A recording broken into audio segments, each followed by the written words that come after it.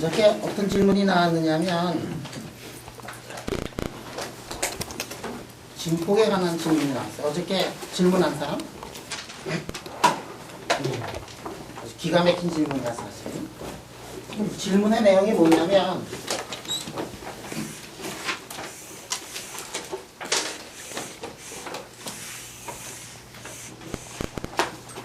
이러한 블랙바디가 있다. 블랙바디에 왜냐면 이 안에 빛이 한번 갇히면은 그냥 막 왔다 갔다 하면서 그 빛은 이 안에 다 흡수가 돼요. 여기 구멍 뚫어놓은 거는 뭐냐면 그 안에 빛이 어떤 빛이 있는가 하는 거를 눈으로 보기 위해서 뚫어놓은 거고, 이거 사실 필요 없어. 우리가 공부하려고 하는 거는 이 안에서 어떤 빛이 있느냐 하는 거를 공부하고 싶어요. 그런데 이 시스템은 어떻게 되어 있느냐 하면 이 시스템은 온도 T라는 그러한 시스템이에요. 여러분들이 이제 이게 별을 보면 똑같은 거를 알 수가 있어. 어떤 별을 보면 빨간색 별이 있고, 어떤 별을 보면은 뭐 파란색 별이 있고. 그 왜 그렇게 되느냐면 별이 따끈따끈하니까, 별이 뜨거우니까 별에서부터 뭐가 나오느냐 하면 빛이 나온 거란 말이에요. 지금 여기 시스템이 있어가지고 이 시스템의 온도가 튀면 이 시스템에서 뭐가 튀어나오냐 하면은 빛이 이제 튀어나오는 거예요. 물론 빛이 계속해서 튀어나오면 안 돼. 그럼 이 안이 무한한 에너지가 되니까. 그게 아니고 빛이 튀어나오면은 튀어나온 빛은 이 안으로 다시 들어가는 거예요.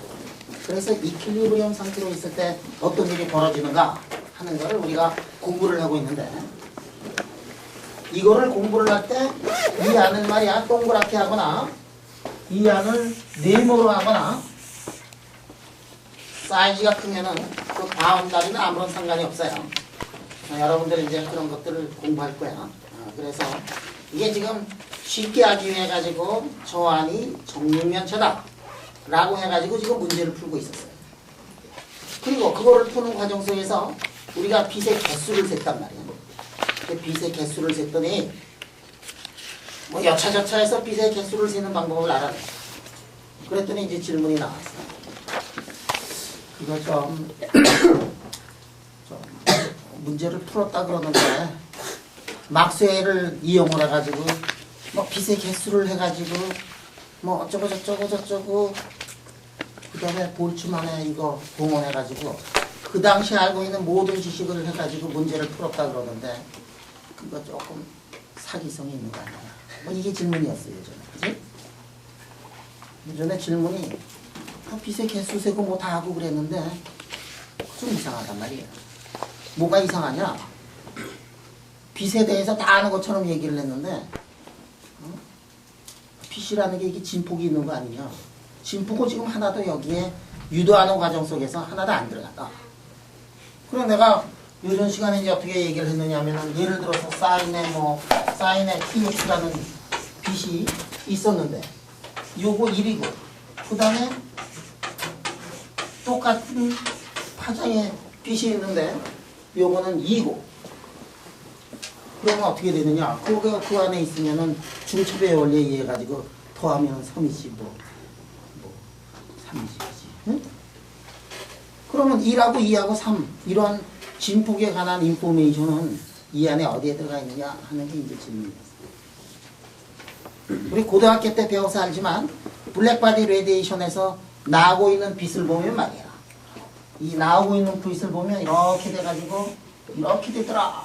뭐 이런 거 이제 인텐시티 U 이걸 람다를 이렇게 쓰면은 이렇게 되더라. 그리고 뭐 이 안에 면적을 다 더해보니까 말이야. 면적을 다 더해보니까 토탈 에너지는 어떻게 되느냐? 토탈 에너지는 뭐 T의 4승에 비례하더라. 이런 거 배웠잖아. 그지? 그 다음에 이게 람다 곱하기 T는 어떻게 되느냐? 이게 일정하더라. 이게 람다 곱하기 T가 일정하니까 T가 커지면 람다가 짧아지지. 그러니까 온도가 높으면은 요런 빛이 튀어나더라. 온도가 더 높으면 이쪽으로 된 빛이 튀어나오더라. 뭐 이런 거예요. 온도가 높으면은 파장이 짧은 놈이 튀어나오니까 별을 보면 빨간 별보다 파란 별이 따끈따끈하다 뭐 이런 거 알 수 있는 거 아니에요? 그런데 이제 질문이 뭐냐? 질문이 뭐냐면 그래 뭐 빛의 개수를 세는 것까지는 되는 거예요. 진폭은 어디로 갔냐? 진폭은 어디로 가느냐? 진폭에 관한 인포메이션이 어디에 가 있을까? 다 넣었어 지금. 지금 막 이거 나온 다음에 벌써 뭐 백수십 년이 지났는데 말이야. 아직도 교과서에 써 있는 거 보면 이 공식 틀린 거 아니야, 그렇지? 자, 진폭에 관한 질문, 진폭에 관한 거 어디에 들어가 있을까요? KT에 있는 거니까. KT 있는 거예요, 이게. 응? 왜 KT 있을까? 평균을 냈더니 KT를 했으니까. 자, 빛을 어떻게 우리가 생각했어요? 빛을 다시 이렇게 막셀 방정식 뭐 빛 가지고 다시 써보면 빛이 뭐하고 똑같으냐 하면은 하모닉 오실레이터에 있는 입자하고 똑같다 그래서. 자, 우리가 파동이라는 걸 이렇게 보면 사인에다가 람다분의 x 2파이 마이너스 뭐 오메가 t t분의 2파이의 t 이런 게 이제 이런 게 파동이에요. 여러분들 이제 파동 배웠겠지만 파동이라는 거는 두 가지 변수를 이렇게 가지고 있잖아, 그지? 어떤 위치에서의 파장을 우리가 계산을 할 때, 위치에서의 진폭을 하려고 그러는데 그 위치에서 시간에 따라서 진폭이 달라지잖아, 그지? 그러니까 파동을 하려면은 x하고 t에 관한 인포메이션을 알아야 되는데 그게 어디에 들어가 있느냐 하면 이런 곳에 이제 들어가 있어요. 여러분들 파동 배울 때 다 알았으니까. 자, 그랬을 때 소리파를 이렇게 보면 소리파는 이렇게 돼 있는데 그때 우리 뭐를 배웠느냐 하면은 진폭의 자승이 뭐하고 비례한다고 했어요? 에너지하고 비례한다 그랬지? 그럼 그거를 한번 보자 말이야. 이게 똑같은 파동이니까 전자기파도 똑같은 파동이에요. 그러면 전자기파에서 파장이 아니지. 진폭이 커진다. 그러면은 그때 우리가 파동에서 뭐라고 배웠느냐 하면 에너지가 높은 상태로 간다 그랬어. 응? 그러면 여기서도 이제 똑같은 얘기를 하는 거 아니냐. 그런데 이쪽에서는 진폭이 어떤 형태로 들어갔느냐. 요전에 계산할 때 진폭이 들어갈 때는 이런 거 해놓고서 온도가 0일 때는 왔다 갔다 안 하다가 온도가 커지면은 왔다 갔다 이게 이렇게 더 갔다가 이렇게 돼가지고 그때의 진폭의 자승에 비례하고 있는 그 에너지 양은 뭐하고 비례했느냐 하면 KT하고 비례했었지. 거기에 들어가 있어. 모든 건 다 들어가 있어. 파동이 가지고 있는 파동의 넘버, 개수도 다 들어가 있고 파동이 가지고 있는 진폭에 관한 인포메이션도 우리가 다 넣어가지고 그게 진폭에 관한 인포메이션은 어디에 들어가 있느냐 하면 KT에 들어가 있고 온도가 더 크면은 excited state로 들어가 있을 거고 온도가 더 올라가면 더 많이 이렇게 왔다 갔다 할 거고 그런 것들이 다 고려가 돼가지고 우리가 그거를 유도를 했고 그게 레일라이가 그거를 유도를 했더니 그 공식이 어떻게 나오느냐. 자, 레일라이의 공식을 보면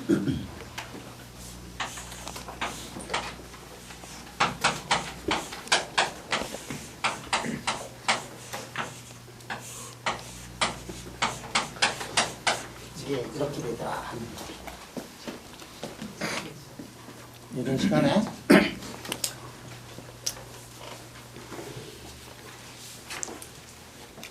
기가 막힌 질문이 나왔는데 중간에 시간이 잘라 먹어가지고 대답을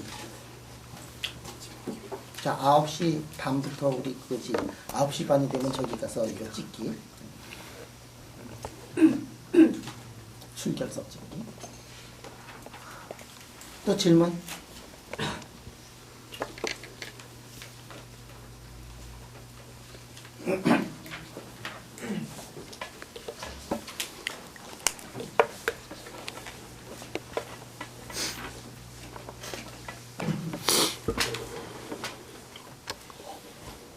교수님, 빛의 에너지는 진동수에만 관계 있는 거 아니에요? 빛의 에너지는 진동수에만 관계 있었으면 좋겠는데 온도가 왜 저렇게 되느냐 이거지?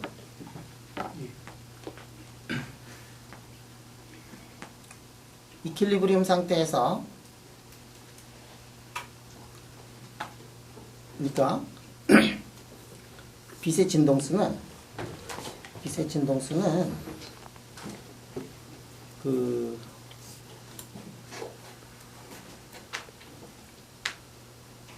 T 이퀄 제로에서의 빛의 진동수는 프레퀀시에만 관계가 됩니다.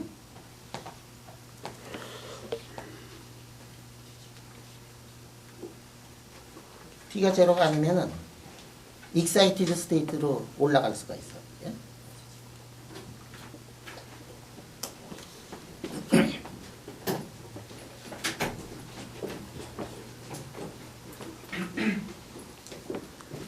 박스 안에 있을 때하고 그냥 완전히 오픈 스페이스일 때 조금 다르지 그러니까.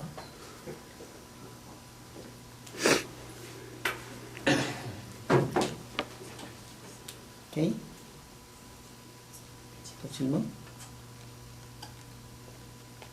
교수님, 그러면 E는 한유라는 뜻이 있잖아요. 지금 T 이퀄 제로일 때 얘는 정확하게는 T 이퀄 제로에서 그 다음에 익사이티드 스테이트로 올라가려면 에너지가 굉장히 많이 들어가지고 대부분의 경우 그라운드 스테이트에 있다고 생각합니다. 교수님, 프리퀀시 에너지가 관련있다는 거는 여기 그 포톤이 여러 개 있는 거를 고전형평에서는 앰플리튜드가 크다고 보는 거고 현대 물리에서는 포톤이 여러 개 있는 걸 이렇게 나눠진 걸로 보기 때문에 다르게 봐야 된다 보니까. 정확하게 얘기하면 그게 맞는 얘기인데, 그러니까 U의 프레퀀시를 가지고 있는 빛의 에너지는 우리 H U다 이렇게 배웠잖아, 그렇지? 근데 U의 프레퀀시를 가지고 있는 빛의 그라운드 스테이트 에너지를 Hnu고 그 다음에 그게 2Hnu, 3Hnu 이런 것들을 가질 수가 있는데, 그런데 T가 높으면은 익사이티드 스테이트로 올라갈 수가 있고 T가 높지 않으면은 그라운드 스테이트에만 있는 거고, 그 다음에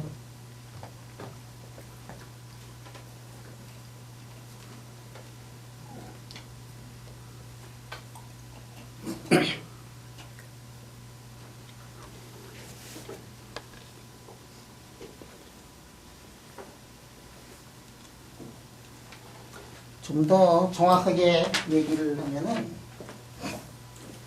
박스 안에 있는 빛의 상태하고, 그러니까 서멀 이퀄리브리움 상태에 있는 그 문제를 풀기 위해 가지고 막스웰 방정식을 이렇게 다시 보면 그거는 하모니 오실레이터로 이렇게 해석을 할 수가 있고, 그래서 지금 익사이티드 스테이트로 이렇게 한 거고,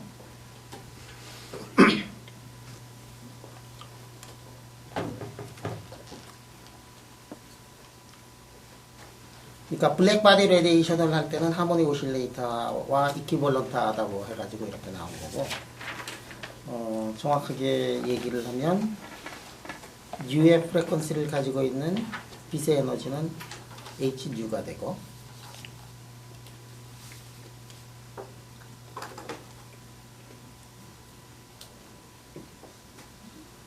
조금 더 나가보자. 이게 지금 개념이 이게 좀 틀린 개념이거든. 지금부터 얘기하고 있는 거는 지금 클래시컬하게 우리가 얘기를 했기 때문에 지금 나온 거고, 거기 조금 틀려가지고 지금 레일라이의 빛에 대한 개념이 틀려가지고 플랑크로 넘어가고 그 과정을 지금 하고 있는 거거든. 그러니까 조금 전에 내가 얘기했던 거, 그게 여태까지 얘기했던 게 정확한 개념은 아니에요.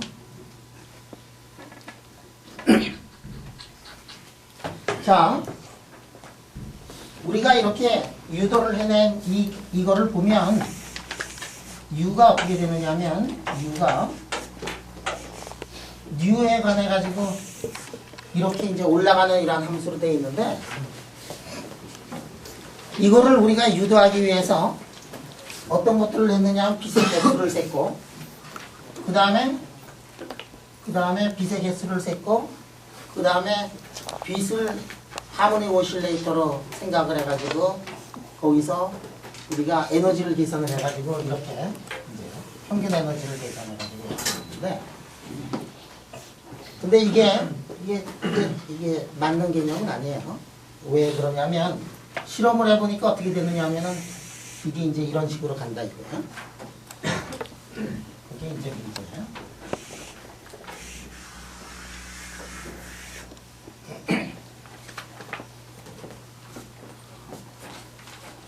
자, 19세기 말에 사람들이 유도해낸 그 공식이 그러니까 빛의 개수 세는 거하고 평균 에너지 그 구하는 거를 가지고서 계산을 해보니까 이렇게 나왔는데 실험을 해보니까 이게 맞질 않아요. 그러니까 우리가 유도한 그 과정 속에서 뭔가가 잘못돼도 무진장 잘못됐다 하는 얘기예요. 뭐가 잘못됐지? 우리가 뭐라 그랬죠? U의 프레퀀시를 가지고 있는 빛이 있으면 그 빛이 온도 T에서 에너지가 얼마가 되느냐 하면 K 곱하기 T라고 했어요. 지금 우리가 알고 있는 그러한 개념하고는 전혀 달라. 우리가 알고 있는 개념에는 U의 프레퀀시를 가지고 있는 빛은 프레퀀시에 관계되는 어떤 에너지를 가질 수 있다고 그랬는데 그런 개념 같은 게 여기 이제 전혀 하나도 안 들어가 있단 말이에요. 그러니까 우리가 유도한 그 과정 속에 어디선가 뭔가가 이제 문제점이 있다. 뭐 이런 얘기예요. 자, 그래서 그 문제점을 하나, 둘씩 이렇게 알아내는 그 과정 속에서 이제 현대물리가 이제 나오게 되는데 일단 뭐가 잘못됐느냐? 그거를 지금부터 한번 해보도록 하자, 이게. 이 문제가 나온 다음에 사람들이 이제 무진장 고심을 많이 했어. 왜냐하면 이렇게 올라가고 있는 여태까지 우리가 유도했던 그 공식이 자연에서 나오는 공식하고 맞지 않을 뿐 아니라 이 공식이 틀렸다는 것은 아주 명확해요. 왜 명확하지? 에너지가 무한대가 돼. U가 이렇게 커지면 어떻게 되냐면 넘버 오브 모두가 너무 많아져가지고 그러니까 이게 이렇게 돼가지고 저거 적분을 하면은 무한대가 된다. 이제 그게 틀린 거 확실하고. 그 다음에 뭔지 모르지만 하여간에 저 밑에 있는 면적을 다 더하면은 온도에 어떻게 비례할까? T에 비례하겠지. 무한대 곱하기 T 이런 걸로 이제 나올 거단 말이에요. 그것도 이상하고. 그 다음에 뭐 람다 곱하기 T가 맥시멈이 되는 람다 곱하기 T가 그 맥시멈 될 때 그게 콘스탄트가 된다. 이런 공식도 하나도 안 나오고 뭔가 이상해요. 그래가지고 이 문제를 풀기 위해 가지고 사람들이 이제 고민을 하기 시작을 하는데 고민을 하기 전에 사람들이 요거를 재가지고 실험으로 요거를 재가지고 보니까 이게 아니고 이게 이제 틀렸고 그 다음에 정답이 어떻게 되는 거를 알았느냐면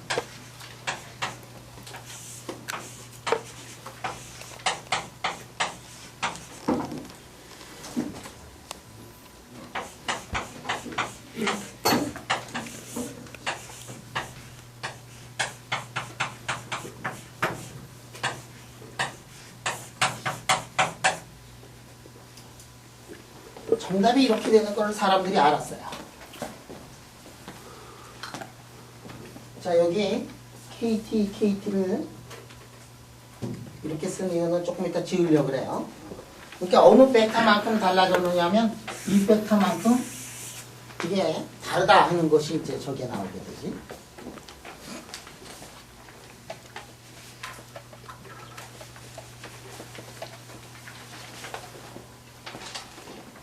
어느 벡터만큼 다르냐 하면은 이 벡터만큼 이렇게 다르다 이렇게.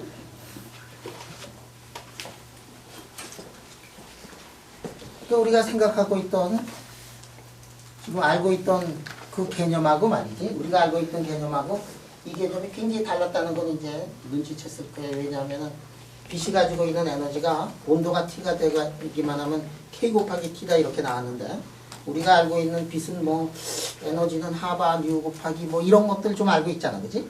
뉴가 하나도 안 들어가 있어요. 근데 이 정답을 이렇게 보니까 정답에는 KT뿐만이 아니라 이런 뭐가 들어가 있어. 이런 벡터들이 들어가 있어. 그 벡터를 보니까 익스포넨셜에 온도도 들어가고 익스포넨셜에 그 다음에 뉴도 들어가는 그런 그 이상한 모양을 하고 있다. 이런 거예요. 그러니까 사람들이 이 실험을 해가지고 이렇게 막 이 함수 넣어보고 저 함수 넣어보고 해보니까 함수의 모양은 알잖아. 실험에서. 그지? 그래서 이거 그냥 구해냈어. 그냥. 그러니까 이게 뭐냐 하면은 이게 정답은 알고 있는데 유도 과정을 모르는 그런 상태로 이제. 자, 그럼 지금부터 와서 이렇게. 오케이. 하여간에 지금 이제 어떤 상황까지 왔느냐면 정답을 알았던 그 상황까지 왔어. 응? 정답을 알았던 이 상황까지 왔어. 근데 아직 유도를 할 줄 몰라요. 유도는 할 줄 몰라. 정답은 알았어. 아, 이게 찬스야. 찬스가 온 거야. 요거 풀면 노벨상이 되겠지? 이거 푼 사람 노벨상이 아니고 노벨상 정도가 아니고 이거 푼 사람은 양자역학이라는 새로운 물리학의 창시자로 추앙을 받게 되는 거예요. 그 사람의 이름이 누구예요? 플랑크야. 플랑크 어떻게 쓰지? 이렇게 쓰지? 응? 더군다나 여기 이렇게 보니까 말이야. 이렇게 보니까 이게 무슨 콘스탄트 하나 들어가 있는데 응? 그 무슨 콘스탄트인지도 몰랐어. 하여간에. 그래서 플랑크가 H자 딱 붙여놓고 자기 콘스탄트라고 그래. 그러니까 뭐 이거 하나 풀면서 말이지. 응?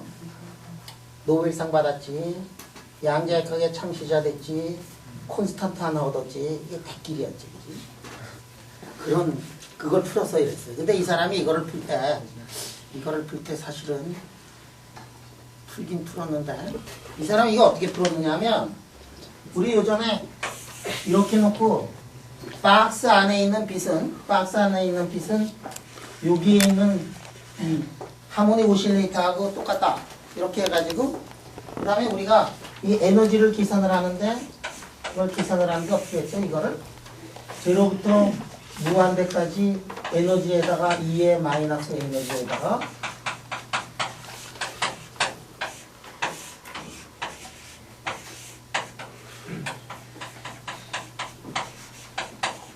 이거 계산하다가 이렇게 나왔잖아요. 이거 계산하다 이렇게 나왔어. 응? 그러니까 이게 개수 세는 거는 암만 해도 틀린 것 같지 않은데 말이야. 거기 에너지 계산하는 게 조금 이상한 것 같기도 하고, 그러니까 그 부분을 조금 이제 고쳤으면 좋겠다 이거예요.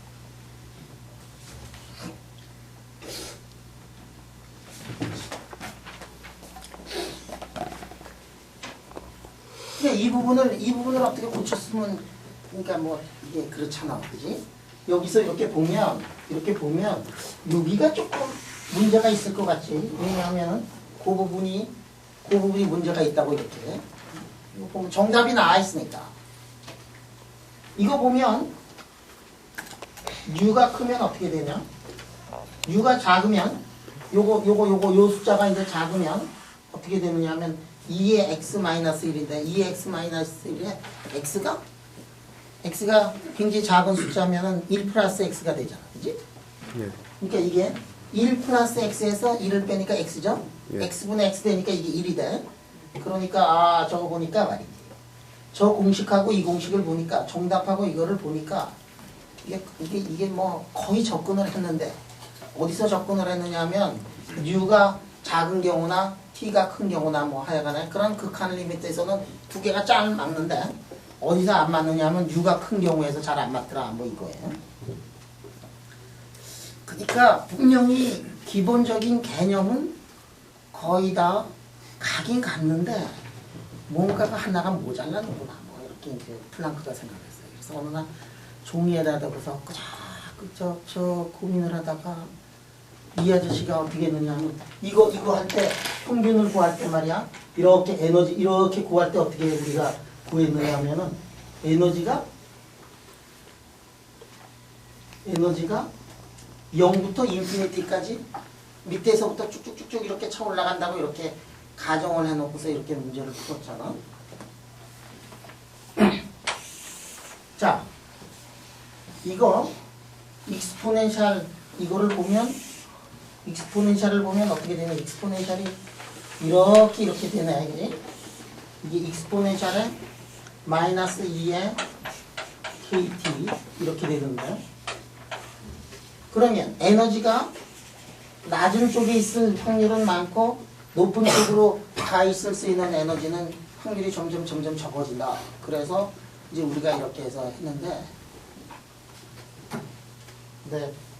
어느 날 볼츠만이 이거 적분하지 말고 이거 이렇게 해서 적분한다는 거는 뭐죠? 적분한다는 거는 요거를 무한대로 쪼개가지고 이렇게 해서 무한대로 쪼개가지고 이렇게 해가지고 그 밑에 있는 넓이 다 더하는 거 아니야, 그지? 이게 적분이에요. 적분할 때 보면 이게 델타 2를 0으로 가는 리미트에서 이게 넓이 다 더한 거 아니에요? 근데 이게 여기가 이게 이거 하지 말고 그냥 적분을 하지 말고 이렇게 요 넓이를 한번 더해보자 이렇게 생각해. 응? 요 가질 수 있는 에너지가 컨티뉴어스하게 모든 에너지를 가지고 있는 게 아니라 여기 에너지 요 에너지만 가지고 있다고 생각을 해보자. 그러면 요거 Hν 요거가 2Hν 요거 3Hν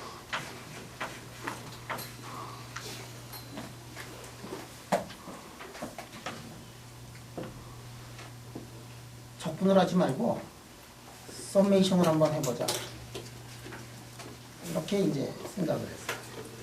자, 지금까지 이렇게 얘기하는 거 이런 거 다는 한점 있다 통계로 넘어가면은 보즈 아인슈타인 스타티스틱스에서 깨끗하게 이렇게 푸는데 그런 개념이 전혀 없을 때 사람들이 어떻게 어프로치 했는가가 지금 이거니까 개념 중에 조금씩 이상하고 틀린 부분들이 좀 있어요.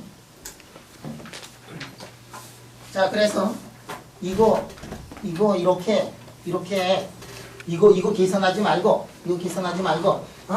에너지의 평균을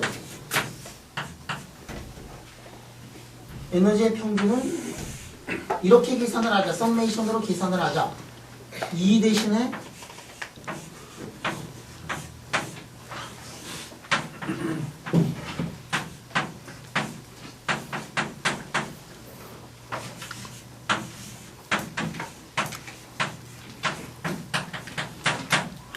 이 사람이 생각을 한 게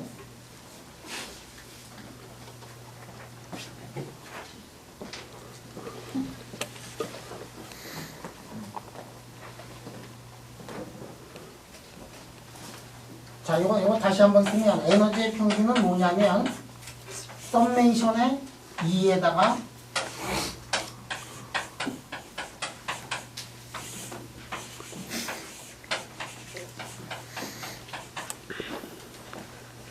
이렇게 한번 생각을 해보자.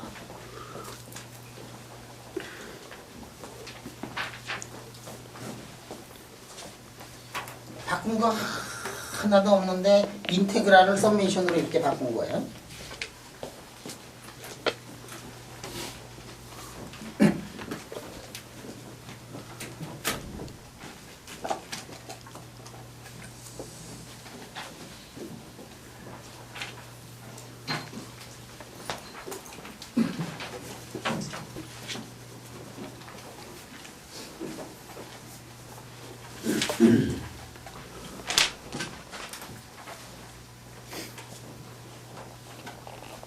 자, 지금 이게 에너지는 이렇게 연속적인 빛이 가지고 있는 에너지는 연속적인 에너지를 다 가지고 있는 게 아니고 연속적인 에너지를 가지고 있는 게 아니고 이게 Hν, 2Hν, 3Hν 이런 것만 가지고 있다고 한번 가정을 한번 해보자. 아니 이 사람 가정도 안 하고 그냥 적분 대신에 막대기 더했어 그냥.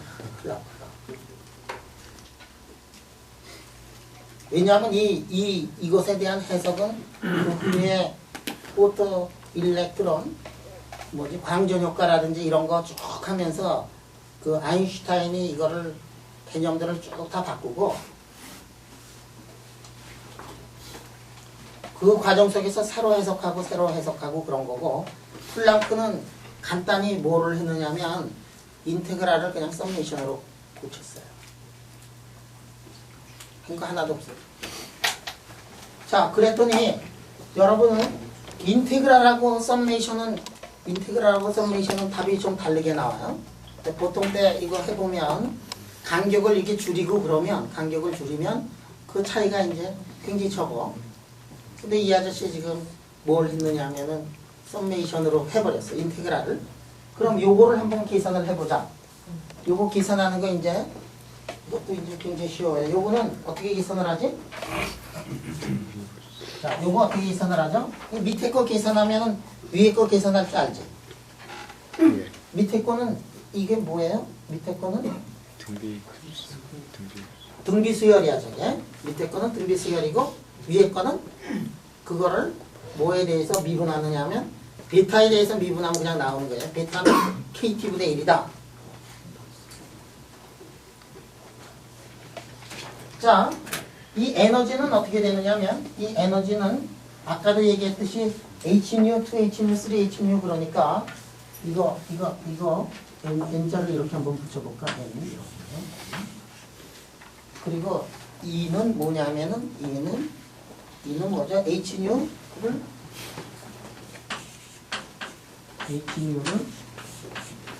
KT로 나는 게 아니라 Hν네, 그지? E는 이렇게 Hν. 자, 저거 요 등비수열 더하는 거 무한 등비수열 더하는 게 뭐지? 1-R분의 총항이가 뭐 이렇죠. 그 다음에 그거를 베타에 대해서 미분했어. 이거 그냥 답을 쓰지 뭐.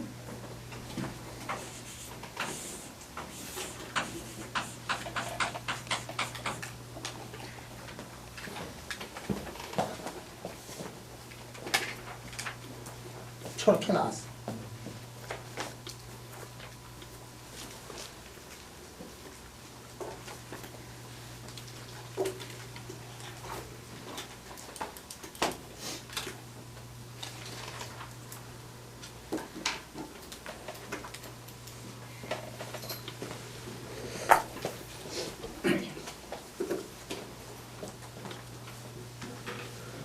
저렇게 나왔어.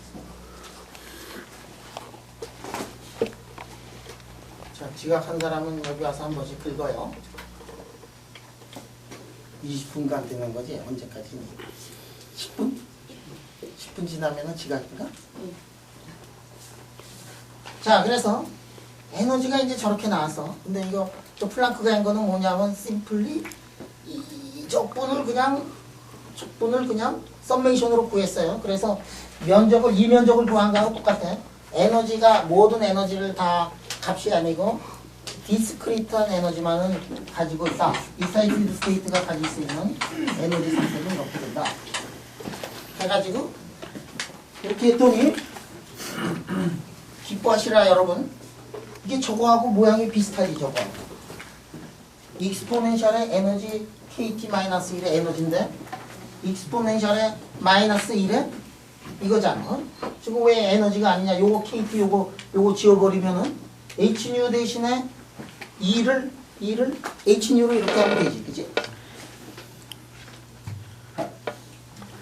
그래서 플랑크가 이걸 풀었어. 플랑크가 한 거는 어느 날 적분 대신에 말이지 썸메이션을 이렇게 했어. 에너지를 그때 가질 수 있는 빛의 에너지가 Hν, 2H뉴, 3H뉴, 4H뉴 이것만 가질 수 있다. 보존적으로는 이게 해석이 전혀 안 되는 이러한 디스크리트한 그러한 에너지만을 가지고 있다. 그래가지고 이렇게 보니까 이 공식이 그냥 이게 나와버렸어요. 그 다음에 플랑크가 어떻게 했을까?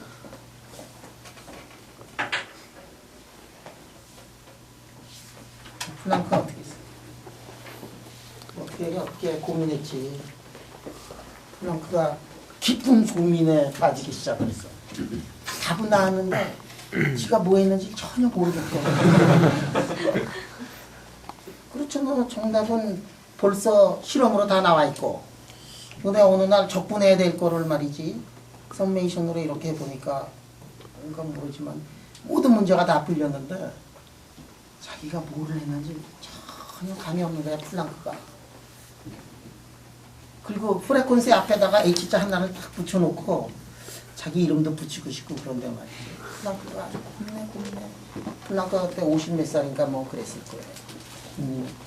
무진장 고민에 빠졌어. 그래가지고 막 열병에 걸리고 말이지. 미친 사람처럼 막 베를린의 그 공원을 말이지. 뭔가 그냥 그 인류에 안 풀리던 문제를 풀었는데 뭘 풀었는지 잘 모르는 거야, 자기. 그래가지고 뭐 그냥 맨날 말이지 땀 뻘뻘 흘리고 말이지 막 미친 사람처럼 다니니까 플랑크 아들이 있었거든. 아들이 이렇게 보니까 아버지가 이게 이 제정신이 아니고 맛이 갔거든. 플랑크 아들이 말이야 아버지한테 이제 가서 얘기를 했어요. 아버지 무슨 고민이라도 있습니까? 그래서 이 장성한 아들들이 이렇게 필요한 거야. 플랑크 아들이 아버지한테 무슨 고민이 있습니까? 왜 요새 발평사가 너무 다르니까 말이야. 그러니까 플랑크가 가만히 내가 여차저차 해서 이 인티그랄을 썸메이션을 했더니 이게 나왔는데 도대체 내가 그 의미를 잘 모르겠다. 아들이 이제 좀 젊잖아, 그지? 되게 젊으면은 이 어떠냐? 좀 경솔하기도 하고 무대 보러 나가기도 하고 뭐 그렇지, 그지? 젊으니까. 그 아들이 아버지한테 뭐라 그러냐면 아버지 그냥 발표합시다. 그래서 1900년 10월인가 11월인가 그 독일 물리학회 가서 플랑크가 이거 발표를 했어. 그래서 그날이 양자역학의 탄생일이야.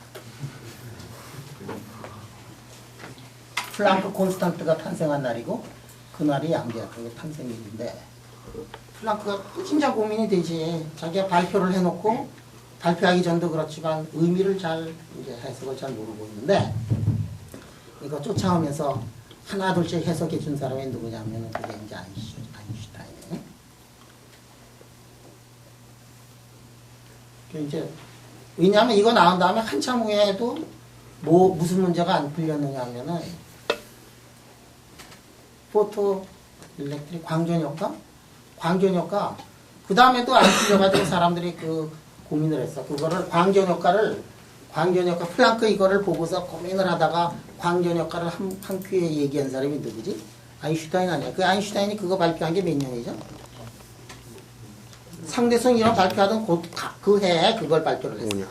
1905년도. 그래서 2005년도에 우리 뭐 한참 행사 많이 했잖아.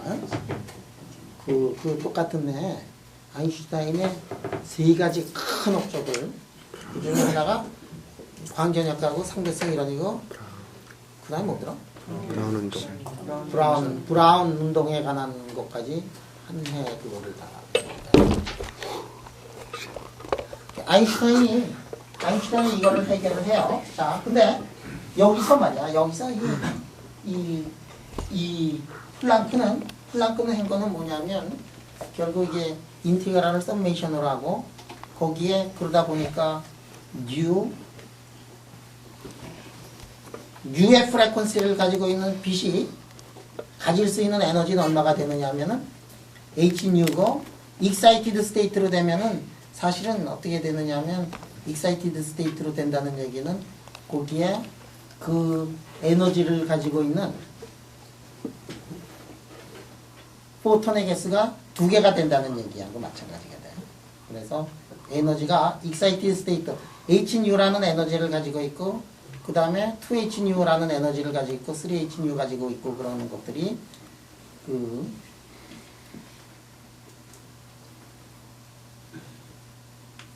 에너지 excited state 에너지는 HNU, 2HNU, 3HNU, 4HNU 이렇게 되는 거고 그 다음에 2개가 나타날 수 있는 확률이 이제 줄어들기 시작을 하는 거예요. 그래서 한 놈이 가지고 있는 에너지는 이제 HNU가 되지. 자, 그래서 요게 뭐가 되느냐 하면은 그래서 이 플랑크의 블랙바디 레디에이션은 이제 이렇게 풀리게 되고 그 다음에 아인슈타인이 다시 해석하고 그 다음에 보즈 아인슈타인 스타티스틱스가 나타나면서 이거를 다른 방법으로 다시 다 풀게 돼요.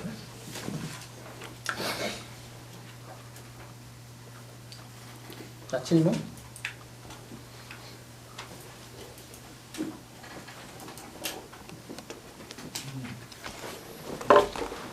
인테그랄이랑 저거를 그 서메이션 하는 거랑 저렇게 그래프가 현격한 차이를 보일 수가 있어요. 그 현격한 차이가 안 나타날 것 같지만 나타나. 왜 나타나느냐면 그 차이가 이 차이가 말이야. 이 차이가 이 밑에 거보다 사실은 더 큰 거예요. 여러분들 이렇게 보면 말이야. 이렇게 이게 익스포넨셜 이 함수 이렇게 나왔잖아, 그지? 근데 익스포넨셜에다가 이거 해가지고 이게 더하니까 이게 이런 함수가 나왔잖아. U를 인피니트로 보내면은 이거는 U를 인피니트로 보내면 이게 어떻게 되죠? U를 인피니트로 보면 이거 인피니트가 되지. 근데 이쪽은 어떻게 되냐면 U를 인피니트로 보내면 익스포넨셜 위에 인피니트가 들어가기 때문에 분모가 다시 인피니트가 돼가지고 이쪽이 작아져가지고 토탈이 0으로 가. 이거 곱해도 0으로 가요. 그러니까 지금 그림을 이렇게 그려서 그런데 이 간격이 얼마가 되죠? 이 간격이 HU지. 근데 U가 큰 경우에는 2개가 맞아 들어간다 그랬지. U가 크다는 얘기는 그 간격을 늘린다는 얘기죠. 이 간격을 이렇게 하지 말고 이렇게 간격 늘리고 그러면은 나머지 부분이 밑에 썸메이션 한 거보다 훨씬 더 커지거든.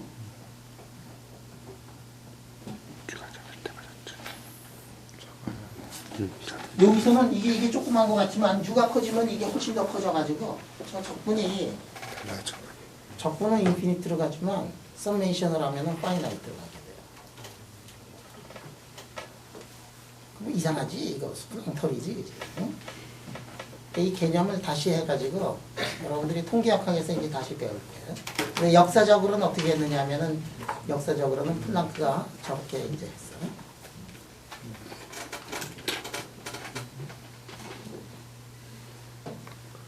근데 왜 이날을 양자역학의 탄생이라고 얘기를 했을까?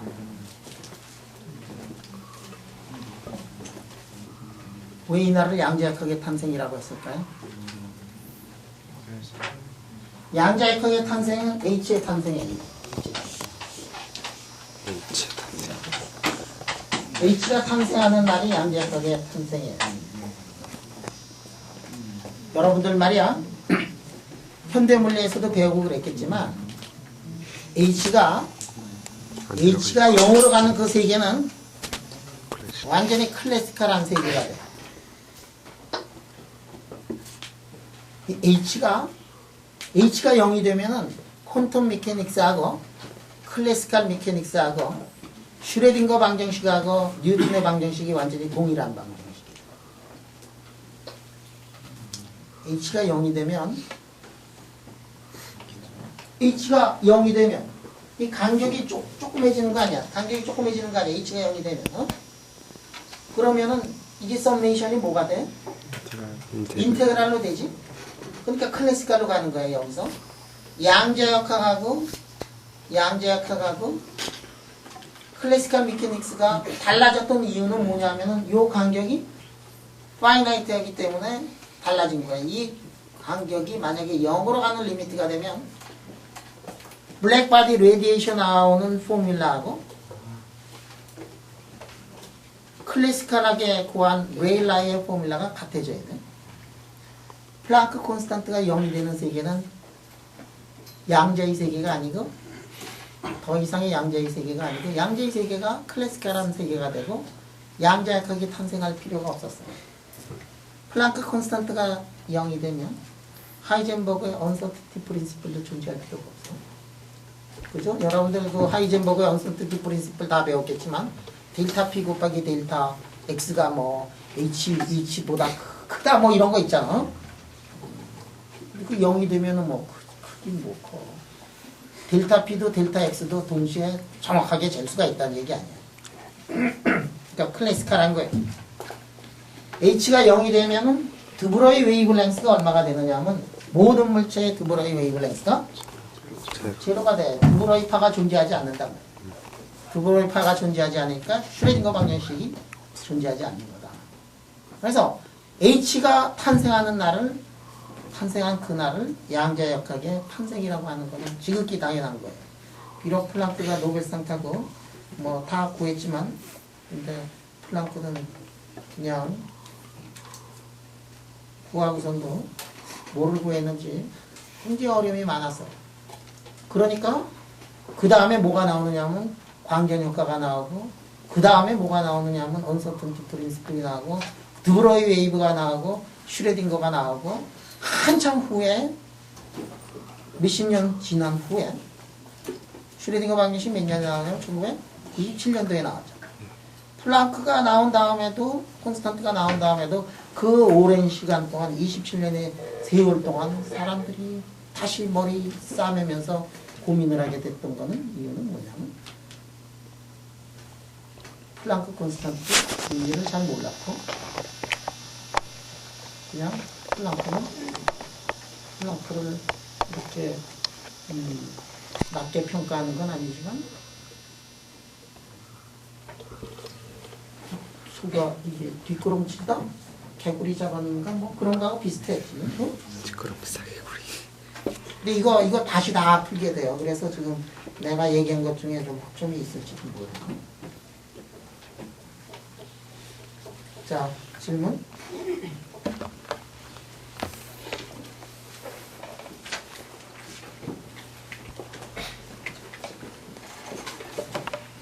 자, 그러면 우리가 정답을 알았고, 정답은 이제 U의 람다 T인데,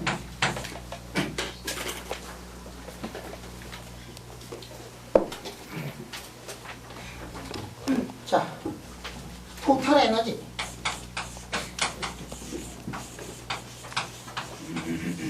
여러분들 이거 알잖아. 토탈 에너지는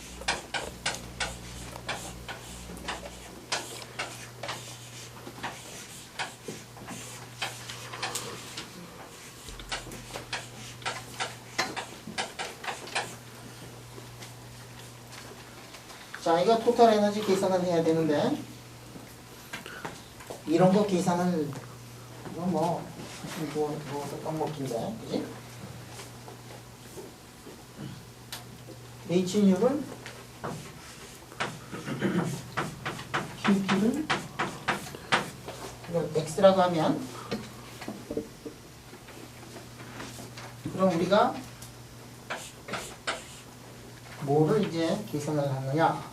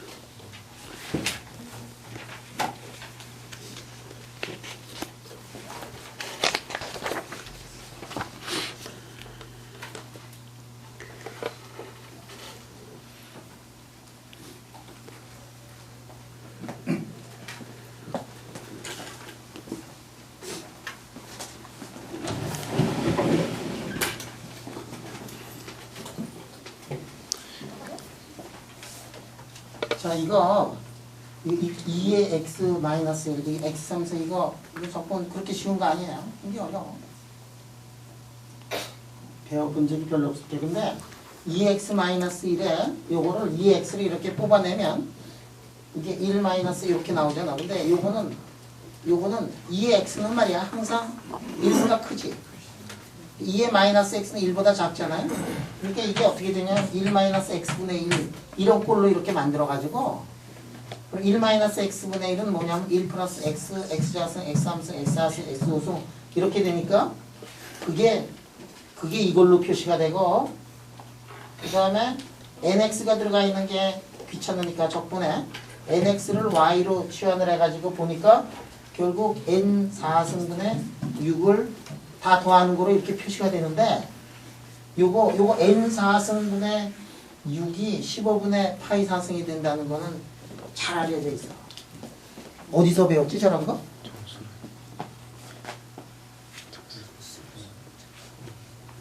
수업에서?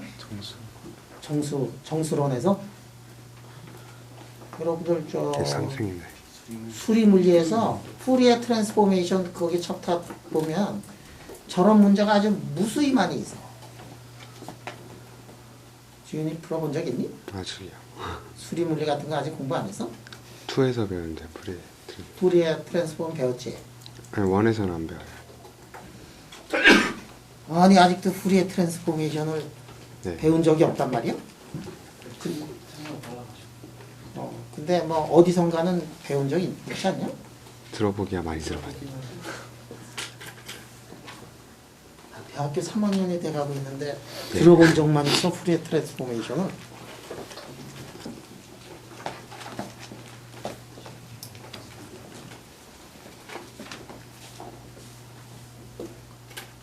교과서만 공부하고 수업만 쫓아가고 그러지 말고 좀 이렇게 좀 다양하게들 좀 공부 좀 하고.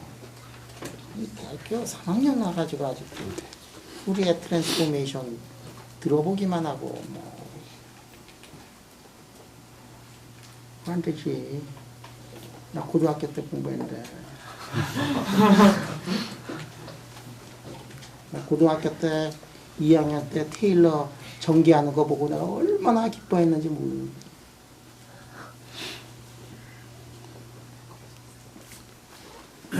혼자들 이렇게 넓게 좀 공부해. 넓게 좀 책도 많이 읽고 말이지. 양계역학 뭐 배운다 그래서 수업 시간에 들어와서 이것만 해가지고 그렇게 하지 말고. 내가 고등학교 때 진짜 이거 그래서 결국은 고등학교 때 내가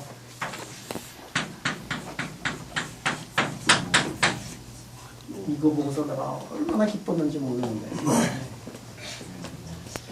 세상에 그렇게 기쁠 수가 없었어. 왜 기뻤을까? 내가 알고 있는 수학의 모든 펀더멘탈 콘스탄트가 다 들어가 있더라고요. 1 들어가 있지, 0 들어가 있지, 파이 들어가 있지, I 들어가 있지, 2 들어가 있지,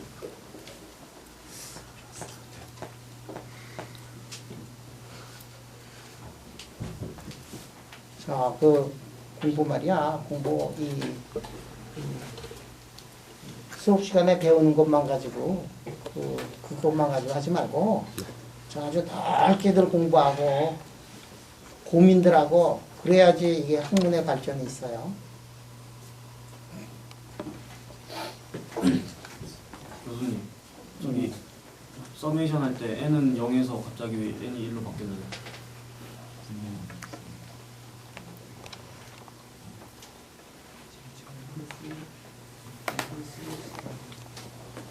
내 마음이지 뭐. 이게 말이야. 어? 예를 들어서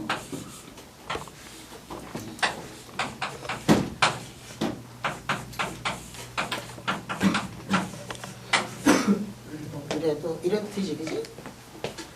0 같은 건 뭐, 0 같은 거 1로만 바꿔도 돼. 이거 중간에 한 번 바뀌었거든. n-1이. 응? 예를 들어가지고.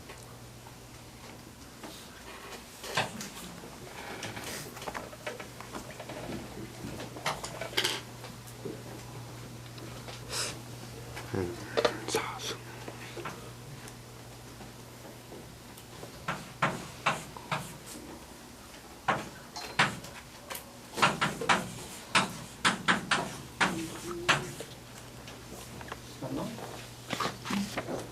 하나만 살짝 이렇게 바꾸는 거 그런 게 여기 들어갔거든.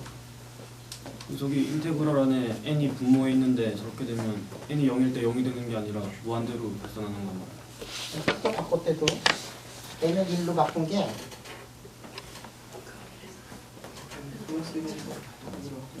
하나 틀린 게 없거든. 중간까지 계산해줘 이거?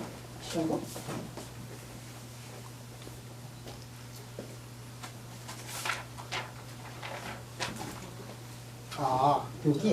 여기가 이런가 보다, 이제?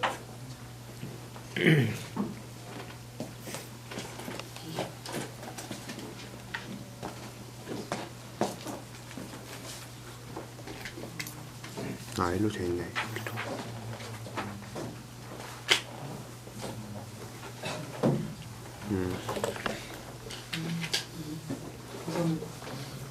정상 폈어. 물 봐라. 물 한번 봐라.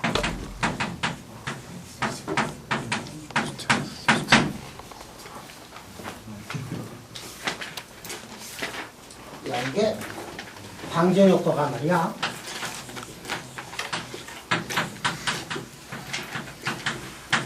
야, 이거 실험을 한 게 1887년도구나. 응? 뭐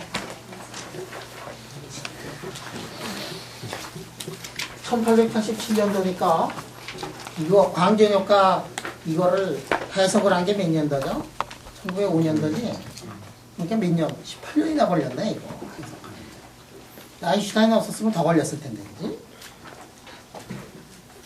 이게 블랙바디 레디에이션 나온 다음에도 그 다음에도 사람들이 그 다음에도 이거를 해석을 못했다는 게 좀 신기한데, 이게 무슨 얘기냐면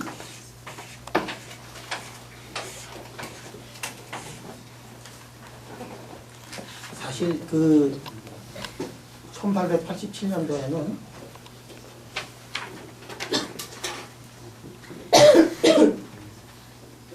(1887년도에) 전자에 대해서 사람들이 알았나? 언제 전자를 정확하게 알았지?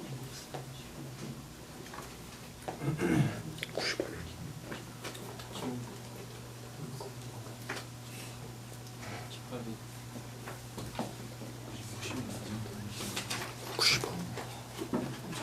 전자를 정확하게 알아낸 사람이 누구죠? 탐슨이가? 탐슨 아저씨 한 게 뭐지? 둥극선 실험. 그러니까 이게 전자를 발견한 게 탐슨 아저씨가 발견을 했는데, 음극선 실험으로 했는데, 음극선 실험으로 뭘 했지 그 아저씨가?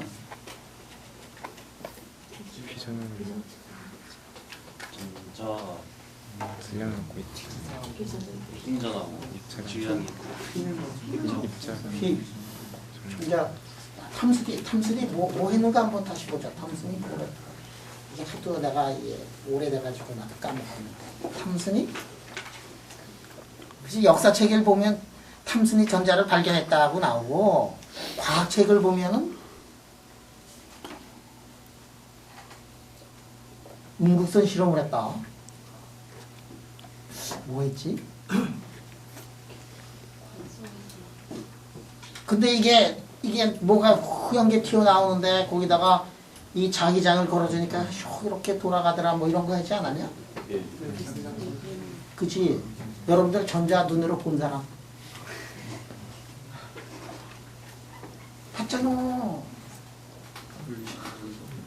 여기 저 뭐지? 물리실험 3인가 어디 들어가면은 가스인지 뭐 깜깜한 데다 이렇게 놓고서 이렇게 하면은 동그랗게 허연 거 있잖아. 그거 전자잖아, 그지? 아, 진짜 도식하네. 이렇게 놓고 뭔지 모르지만 이게 허연 게 이렇게 돌아가는 거 봤잖아, 그지? 그거 전자야, 전자. 전자가 가다가 뭐 부딪혀가지고 뭐 이렇게 뭐 빛이 나오는 거겠지, 그지? 이제 봤어. 근데 이거 여기다가 자장을 걸어주면은 이게 뭐 자장을 세게 걸어주면은 원이 작아지냐 커지냐? 작아져요. 그럼 거기에서 뭐를 알 수 있어요? 2를 m으로 나눈 그 b 정도는 알아낼 수가 있지. 네. 그런 거 그거 하고서 전자가 있다 이런 거 알아낸 거 아니에요? 근데 2하고 m을 따로따로는 몰랐는데 2하고 m을 따로따로 알게 된 게 어떤 아저씨가 뭐 기름 뿌려서 했지. 밀리카. 그래. 그러면 이게 전자 발견이 아마 1900년도 이후일 거예요. 그지? 근데 전자 발견하기 전에 사람들이 전기 끌어다 썼을까 안 끌어다 썼을까? 전기 끌어다 썼어. 응? 그러니까 전기는 가지고 썼는데 그 속에 이 전자의 그 확실한 본체를 규명한 거는 한참 후겠다 뭐 이런 얘기예요. 그러니까 1987년도에 호르츠는 어떻게 했느냐? 호르츠 어떻게 했지? 여기다가 금속에다가 빛을 쪼였어요. 그랬더니 뭐가 튀어나오죠? 전자가 튀어나오죠.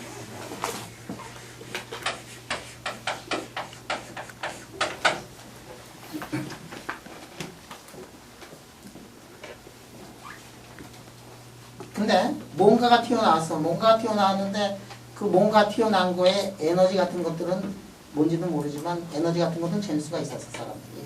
그때만 하더라도 커런트 같은 거 다 잴 수 있었고 볼테지 같은 거 다 잴 수 있었기 때문에 이런 실험은 할 수가 있었어요. 근데 전자가 뭔지 이런 것들에 대한 거는 잘 몰랐지만 전자가 뭔지는 잘 몰랐지만 전류가 뭔가 튀어나와가지고 그거를 다 이렇게 잡아보니까 전류가 흐르더라. 뭐 이런 건 할 수 있었어. 그 다음에 배터리 같은 거 만들 줄 알았고 볼테지 측정할 수 있었고 뭐 그러더듯이 1887년도에 그 유명한 홀츠가 뭐 이런 실험을 했대요. 이런 실험을 했어요. 1887년에 홀츠가 이런 실험을 할 때 뭘 때렸지? 빛을 때렸어. 빛을 때렸어. 빛이 뭐지? 그 당시를 돌아가 보자 이게야. 빛이 파동이라는 게 증명이 됐었을 때 아니야? 증명이 됐어. 누구에 의해 가지고? 막스웰이 한 칼에 다 잠재웠지 그거. 막스웰이 증명을 해버렸으니까 파동 방정식을 유도를 했으니까 그리고 막스웰을 사람들이 존경을 했어요. 무지무지하게 존경해서 그때 이제 홀츠가 이게 실험을 했더니 이게 나옵니다. 이게 파동이니까 여러분들 파동은 어떻게 돼 있어? 파동은 이게 길어. 그지? 근데 이 금속을 넣고서 이거를 했어. 그럼 이게 여기부터 여기까지 이게 쫙 빛이 와가지고 금속에다 때려가지고 에너지를 주면 어떤 일이 벌어지느냐 하면은 뭔가가 이렇게 튀어나온다. 뭐 이런 실험을 이제 한 건데. 그 실험 하려고 그런 게 아니고 하다 보니까 이런 실험한 거예요. 하여간에 포르츠가 이런 사실을 알았어요. 이게 빛이 와가지고 때리니까 튀어나오는데 어떻게 튀어나오느냐. 순간적으로 튀어나오더라. 이상한 거를 봤어요. 순간적으로 튀어나오더라.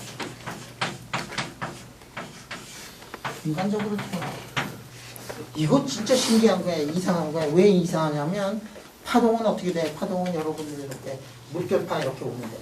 물결파 오면 돼. 한참 앞에서부터 끝까지 이렇게 쫙 와서 에너지를 전달을 하는데 빛도 파동이니까 이렇게 해가지고 에너지를 전달을 해야 돼. 그 에너지를 전달하는 그 시간이 꽤 걸리던데 근데 순간적으로 튀어나온다.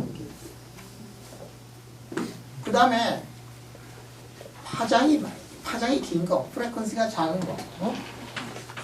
그래가지고 이게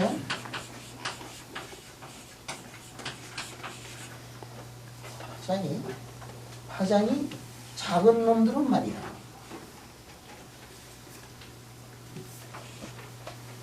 파장이 프레퀀시보다 작으면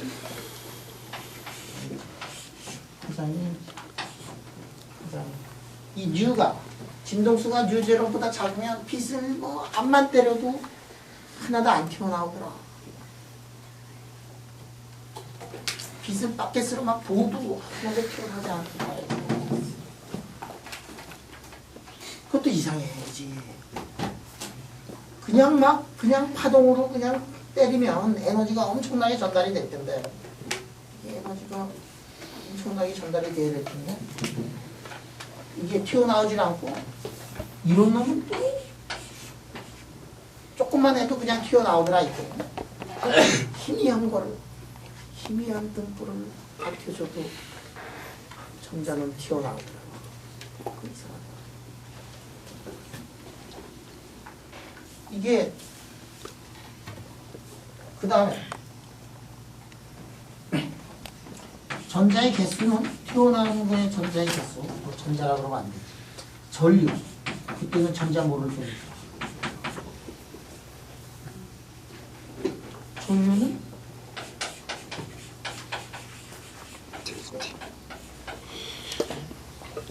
인텐시티와 관계가 되더라. 등등. 예. 이거를 정리를 하면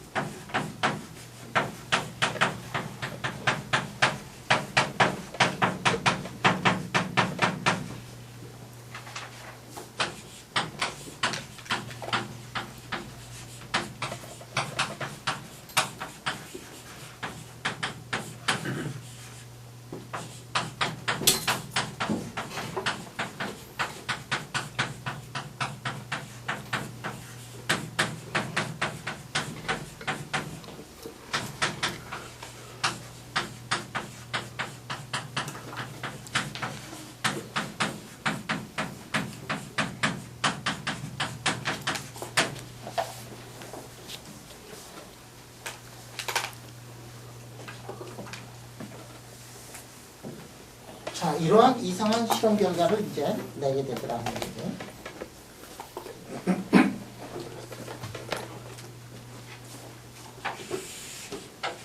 근데 이 네 가지가 말이야, 네 가지가 빛은 파동이다 라는 것에 빛은 파동이다 라는 것에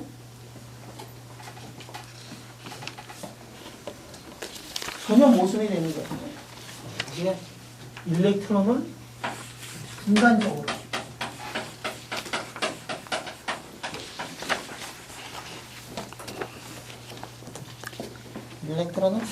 내놓더라.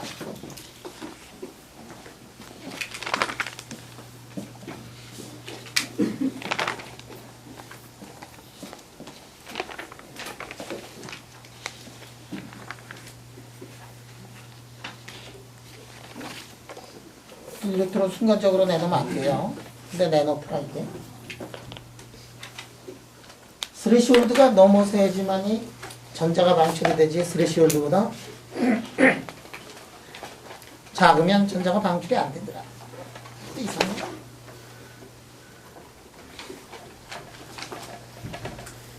커런트가 인텐시티에 관계된다. 이것도 이상해.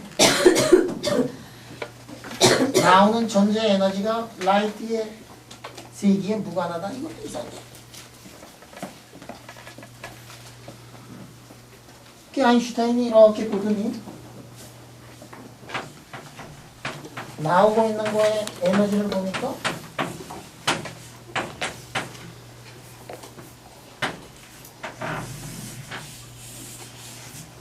이 수직 하나면은 다 해결이 되더라 하는 거를 이제 아인슈타인이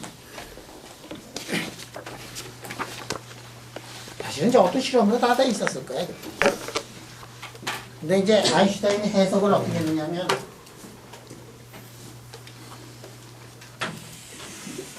이렇게 이제 해석을 한 게 이제 기가 막힌 건데 아무도 감히 수식을 써놓고도 아무도 감히 빛은 뭐 있잖아 이런 얘기를 못할 때 과감하게 아인슈타인이 이제 그 얘기를 하는 거예요. 이 전 세계 사람들이 다 빛은 파동이다라고 이렇게 믿고 있을 때, 전 세계 모든 사람들이 다 파동이다라고 믿고 있을 때, 과감히 아니다. 빛은 에너지 덩어리고 입자다. 이렇게 얘기하기가 쉽지가 않았을 거예요. 그치? 근데 이제 광량자설을 아인슈타인이 이제 주장을 하는 게 뭐냐면, 그 모든 사람들이 머릿속에 빛은 파동이다 그래가지고 입 하는 순간 막 도끼자루 날라오고 그럴 때 그거 말하는 용기 그거 대단한 거예요. 빛은 입자적인 성질. 입자는 어떻게 돼? 이게 에너지를 그냥 가서 그냥 한순간에 때려버리니까 에너지 그냥 나갈 수가 있는 거 아니야, 그지? 한 놈이 입자 하나가 에너지를 다 지금 전자에다 하나 딱 줘가지고 이제 튀어나올 수 있는 거. 그래서 이게 사실은 뭐냐면 이렇게 쓴 게 도끼 맞아 죽을 그 짓을 한 거야 이게. 그러니까 이제 노벨상을 주는 거지, 그지? 빛은 에너지 덩어리고 에너지가 얼마가 되느냐? 이런 에너지 덩어리다. 그럼 W는 뭐냐? 그 빠져나오는데 그 에너지 좀 주고 그 나머지 가지고서 튀어나오더라 하는 얘기거든. 이거 안 하면 이거 다 설명이 되거든. 그럼 뭐 다 설명이 되니까 나도 너도 이거 말할 입장이 됐느냐? 아니지. 확신이 안 섰으니까. 다른 사람들은 전혀 상상도 못하고 있고 빛이라는 게 에너지 덩어리다라는 거를 상상을 하지 못할 때 아인슈타인이 빛은 에너지 덩어리다. 근데 또 아인슈타인이 뭐 파동적인 성격과 입자적인 성격을 동시에 가지고 있다는 얘기도 했어요, 아인슈타인이. 근데 모든 사람이 파동이다라고 얘기할 때 저 얘기를 했는데 저 얘기를 할 때 아인슈타인이 사실은 이것만 가지고 한 거 아니야. 아인슈타인은 아까 플랑크 그거 있지. 플랑크 공식이 나온 다음에도 플랑크 자신뿐만이 아니라 다른 사람들이 도대체 뭐를 했는지를 하나도 몰랐어요. 플랑크 그 안을 이렇게 보니까 에너지가 자 모드를 우리가 계산을 했어요. 모드를 계산을 하고 그 다음에 빛이 가지고 올 수 있는 에너지가 Hν, 2Hν, 3Hν, 4Hν 이런 식으로 가질 수 있다. 디스크리트하게 그 에너지를 가질 수 있다. 그러면 빛은 여기서 Hν라 그랬는데 2Hν는 뭐냐? 그러면 익사이티드 스테이트로 광자 두 개가 튀어나올 수 있는 그 가능성은 아까 익스포넨셜하게 줄어들었지만 빛 한 놈이 가질 수 있는 에너지는 다 Hν다. 그렇게 이제 해석을 할 수가 있을 거예요. 그거를 다시 이렇게 보면 그러니까 플랑크 콘스탄트가 나오고 플랑크의 블랙바디 레디에이션이 나온 한참 후에도 사람들이 빛은 에너지 덩어리고 빛의 에너지는 Hν가 된다는 그러한 사실을 사람들이 이제 눈치채지 못하고 있을 때 아인슈타인이 빛은 에너지 덩어리고 빛은 입자적인 성격을 동시에 띠고 있다. 그러니까 수백 년 동안 내려오던 그 논쟁에 종지부를 찍었던 게 막스웰이었는데 막스웰에 도전을 한 게 누구냐 하면은 이 사람이 이제 아인슈타인이다. 그 아인슈타인은 여기 빛에 그거를 보고서 빛을 보고서 파동적인 성격과 입자적인 성격 두 개를 동시에 가지고 있는 그러한 물질로 이렇게 본 거예요. 그거 쉽지가 않아. 그거 받아들이기 어려워. 그거 진짜로 힘든 거예요. 왜냐하면 파동이라는 거는 파동을 대표하는 성질이 슈퍼포지션 프린시플이란 말이에요. 중첩의 원리고 입자를 대표하는 게 이제 모멘텀의 원리인데 입자에는 분명히 슈퍼포지션 프린시플이 없어요. 그러니까 모든 사람이 입자면 입자, 파동이면 파동이다 그런 생각을 하고 있을 때 한 오브젝트가 입자적인 성격하고 파동적인 성격을 동시에 가지고 있다라는 것을 처음으로 주장한 그 아인슈타인이야말로 아주 대단한 사람이에요. 그거 몇 년도에 했느냐면 1905년도에 아인슈타인이 상대성 이론도 1905년도에 냈는데 상대성 이론을 그 안을 들여다보면 사실은 상대성 이론은 통일장 이론의 기초가 되는 그런 이론.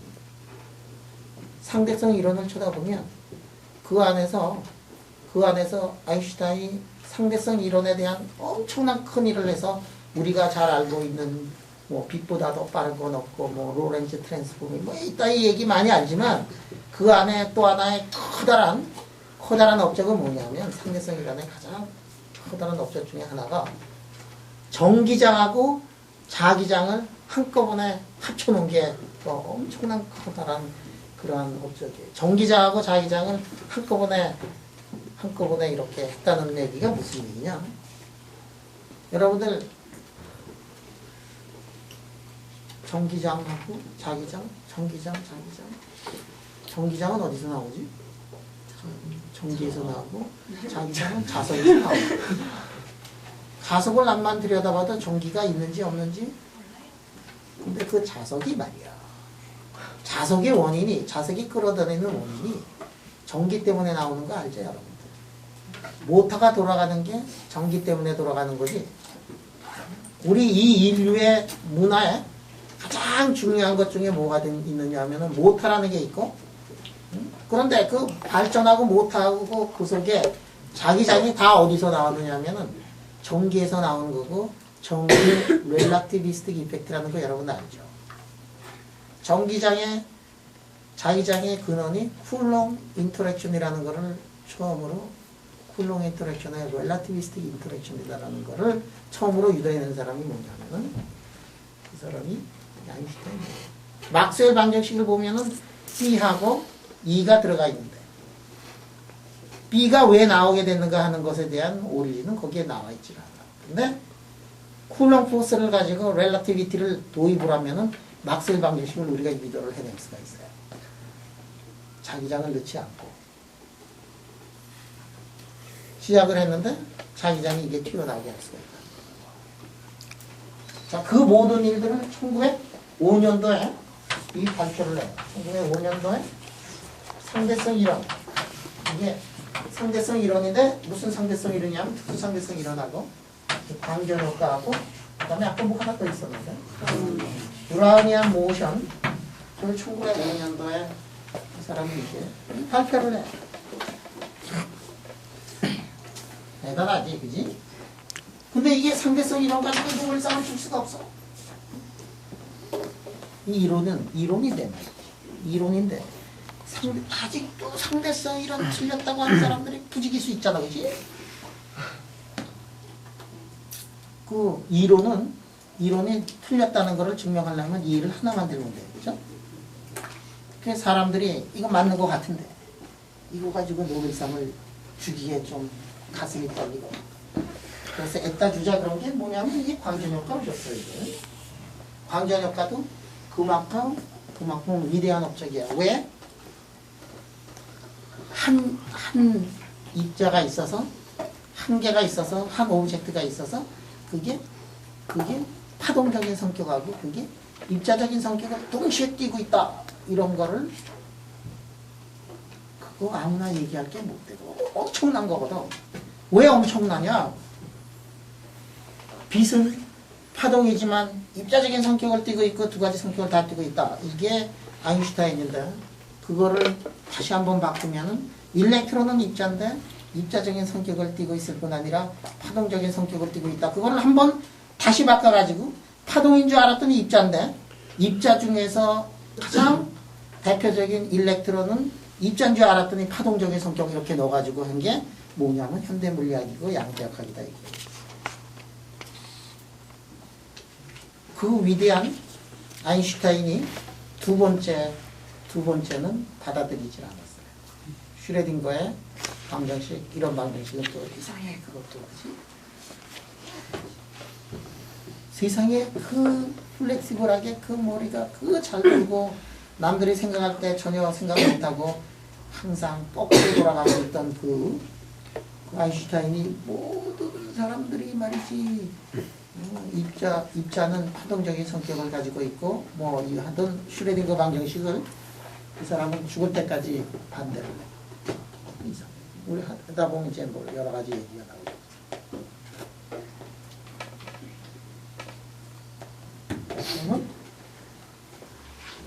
그래서 이 광전효과라는 게 사실은 대단한 거예요.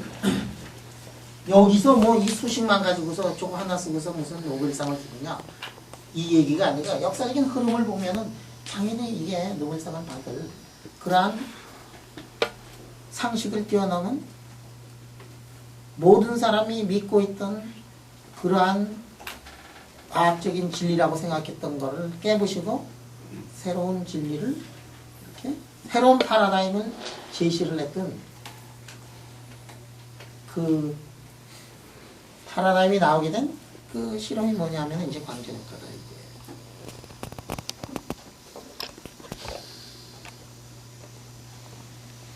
근데 이것만 가지고도 사람들이 모자라. 빛은 에너지 덩어리다. 아인슈타인이 얘기를 했지만 모자라. 그래서 그 다음에 한 번 더 나온 게 뭐냐면 그게 이른바 컴퓨터 효과다. 컴퓨터 효과 상당히 공에 나왔거든. 컴퓨터 효과를 이렇게 보면 컴퓨터 효과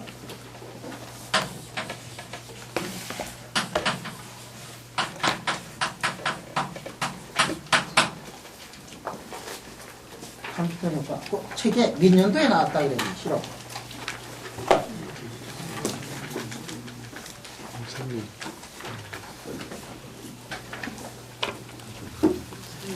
몇 년도?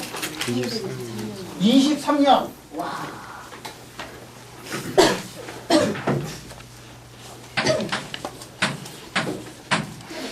야, 이것도 되게 늦게 나왔어. 야, 근데 이게 뭐 광전효과까지 노벨상 다 받았는데 이거 왜 노벨상 또 줬을까? 확인사살. 이게 그렇지. 확인사살이야 이게. 그래. 확인사살이야. 그래. 이게 참 적당한 단어가 없었는데.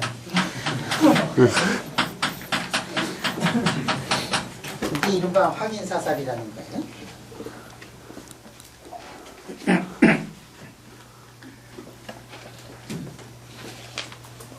여기다가 말이야. 빛이 이렇게 와가지고요.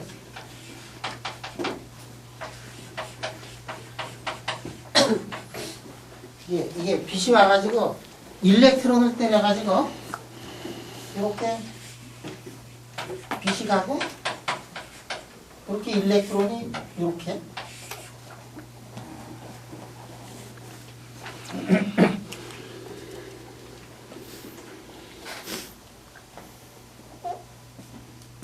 이런 실험을 이제 컴퓨터에 했어. 야, 그런데 여기 공간에다가 말이야. 공간에다가 일렉트론 하나 이렇게 딱 놓고 그러기 어렵지. 사람들이 실험을 할 때는 어떻게 했을까?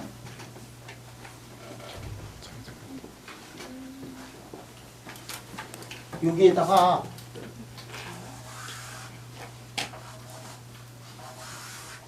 알루미늄 포일을 여기다가 이렇게 알루미늄 포일은 뭐 덩어리지? 전자 덩어리지. 전자 덩어리에. 그러니까 알루미늄 포일을 이렇게 놨는데 사실은 거기다가 전자를 이렇게 놓은 거하고 마찬가지다. 뭐 이런 얘기예요. 그지? 전자를 이렇게 놨어요. 알루미늄 포일을 이게 얇게 해야 될 거야. 그지? 내 생각에 상당히 얇게 해야 될 거야. 알루미늄 판때기 놓고서 저게 되겠냐? 알루미늄 포일을 얇게 해야 돼. 알루미늄 아마 포일 정도 얇게 만드는 거 그렇게 어렵지 않아. 세상에 제일 얇게 만들 수 있는 게 뭔지 알아요? 금이야. 금 얼마나 얇게 하는지 알아? 그래, 엄청 그래. 금 말이야. 여러분들 금 이렇게 놓고서 금 이렇게 잡아다니잖아. 응? 여러분들 뭐 이렇게 잡아다니는 거 많이 봤지? 중국집 가면 이렇게 해서 이렇게 짜장면 잡아다녀. 이게 잡아다녀. 그러면 이게 늘어나? 야, 안 끊어져. 금. 그래서 이렇게 이걸 하거든. 언제까지 이거 잡아다닐 수 있게끔?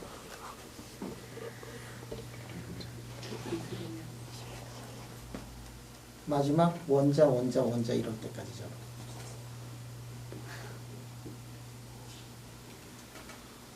이게 뭐 덩어리로 이래가지고 뭐 금금 해가지고 그때 또 끊어지는 게 아니고 맨 마지막에 진짜야. 뭐 소파만 사러 왔나? 진짜 이게 해서 원자 그 정도까지 이렇게 잡아요. 그래서 여기서는 왜 알루미늄 했는지 모르는데 옛날에 그 러더포드 할 때 있지. 러더포드도 금박 놓고서 이렇게 했는데 그때도 금박 그냥 뭐 무지무지하게 얇게 해가지고 할 수 있었던 게 금이. 자, 이렇게 놓고서 실험을 했어요. 오, 이렇게 했더니 여기서 이제 빛이 와가지고 이제 빛이 이제 가는데 여기 빛의 파장이 람다면 요 놈에 나오는 빛의 파장이 람다 프라임이면은 이게 빛이 말이야 람다에서 이런 놈이 있는데 람다 프라임이 그래서 이런 게 있더라 이게요. 그런데 이 각도가 만약에 세타라 그러면 세타의 함수로 저렇게 이렇게 나타났다.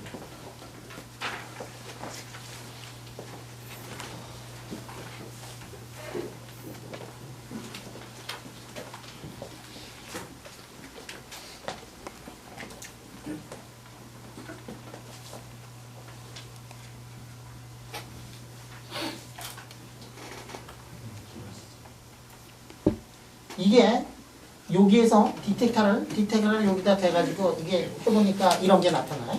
자, 여기가 어디냐면 여기가 이제 세타에. 자, 이 실험을 하는데 우리가 전자를 보고하는 건가, 전자를 보고하지 않는 건가? 우리가 넣는 거는 인풋으로 넣는 거는 뭐를 넣죠? 빛을 넣지, 그지? 우리가 아웃풋으로 받는 거는 빛하고 전자인가 빛인가? 전자는 전자에 대한 인포메이션 우리가 얻는 거 안다는 거예요.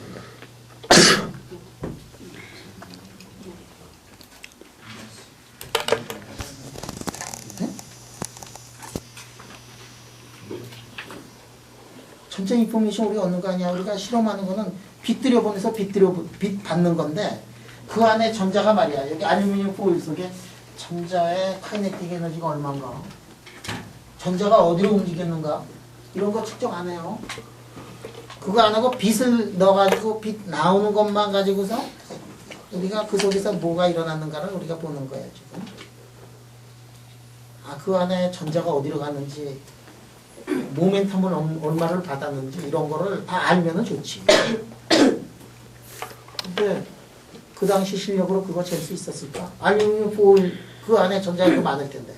그 많은 놈 중에서 어느 전자 때렸느냐 탁 해가지고 안경 두꺼운 거 가지고 보더라도 그게 어느 건지 보이냐 안 보이냐 그지? 그러니까 우리가 인풋으로 넣는 거는 뭐냐면 빛 넣고 아웃풋으로 받는 거 빛이에요. 근데 사람들이 이거 하기 전에 어떻게 생각을 했느냐면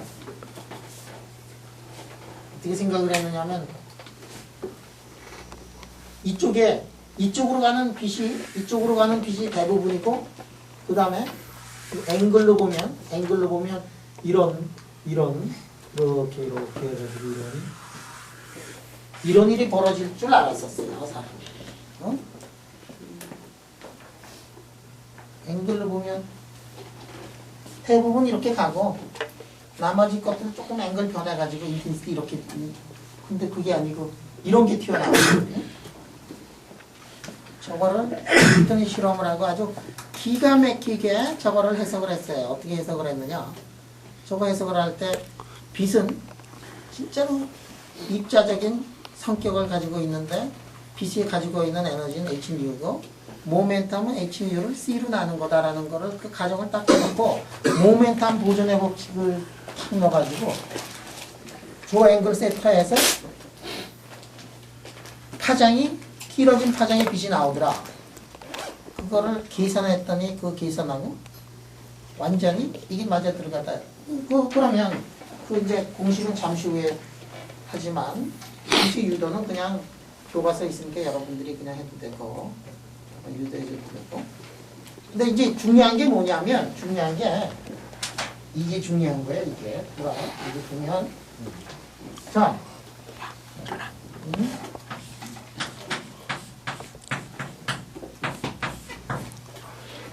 이게 중요한 거예요.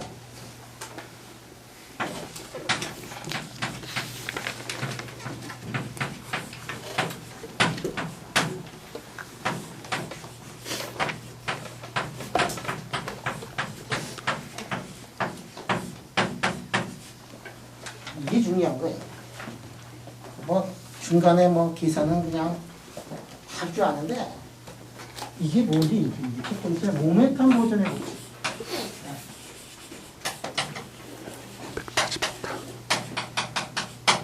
이게 첫 번째가 이제 뭐냐면 모멘텀 보존의 법칙이다. 이게 이제 대단한 거예요.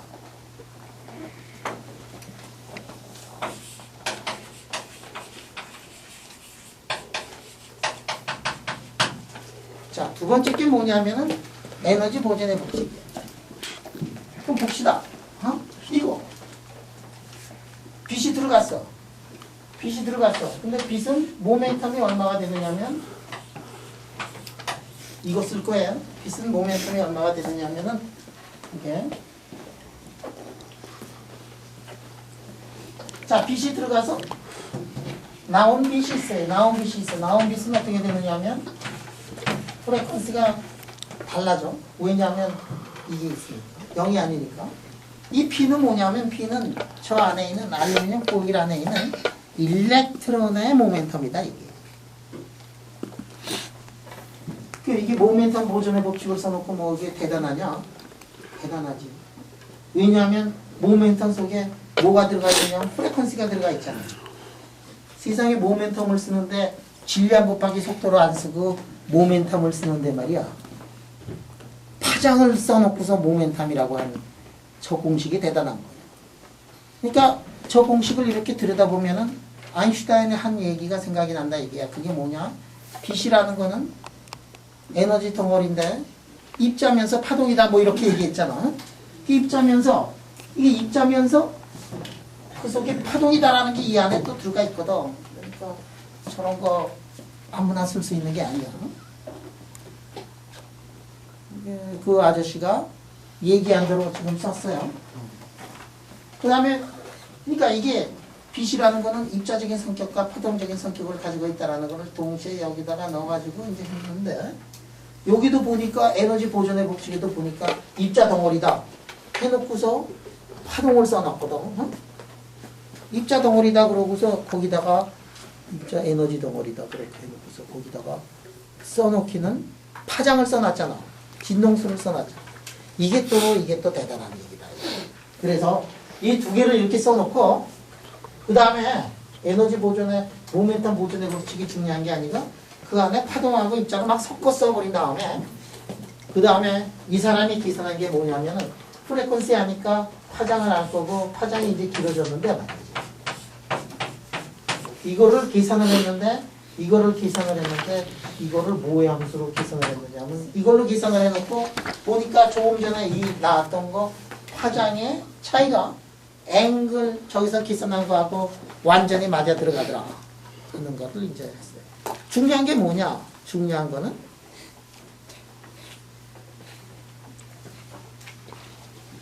파동과 입자를 동시에 놓고서 한 게 이제 중요한 건데 저거 중간에 델타 람다를 계산을 할 때 우리가 뭐를 소거를 시킬까?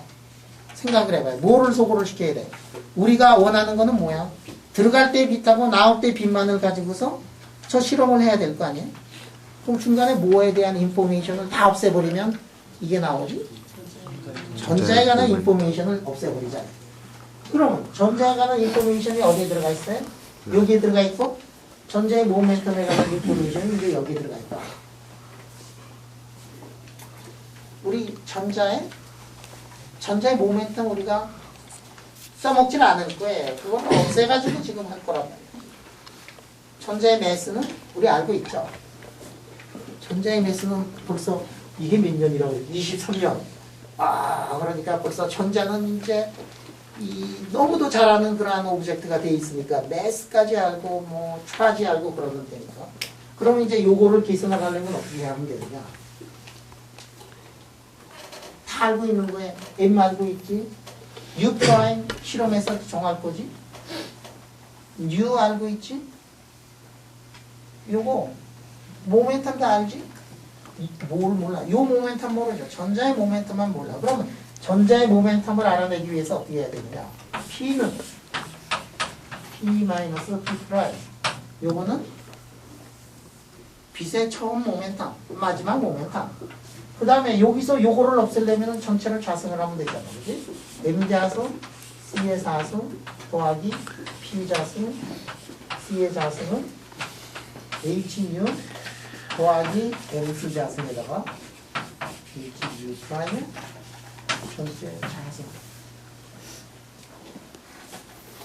해놓고서 요거 M좌승, C사승을 이걸 빼버리자. M좌승, C사승. 이게 뭐냐면 이렇게 되더라.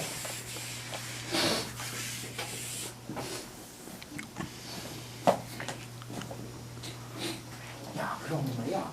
요 P만 없애면 되는데 P는 위에서 P는 했잖아, 그지? 그러면 요거는 뭐냐? 그러면 요 P는 P 마이너스 P 프라임의 자승이니까 P 자승 P 프라임의 자승 두 개의 P 프라임 코사인 세타 P 프라임은 벡터 양이니까 둘 사이의 각도 코사인 세타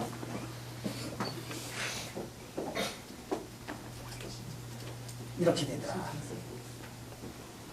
맞지?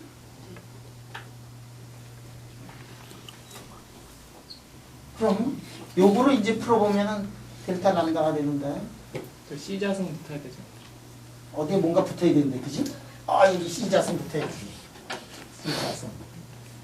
P자승, C자승. C자승, C자승.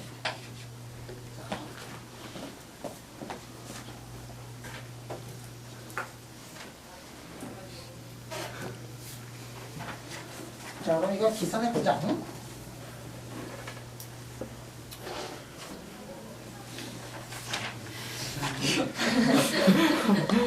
여기 뭐 갑자기 들어와서 그런 게 없지? 내놔라 뭐 이러는 거. 자, 그러면 요거 자승을 하면 자승 두 개 이거 6개 텀이 나오고. 자, 그럼 그 6개 텀을 이제 한번 써보도록 하죠.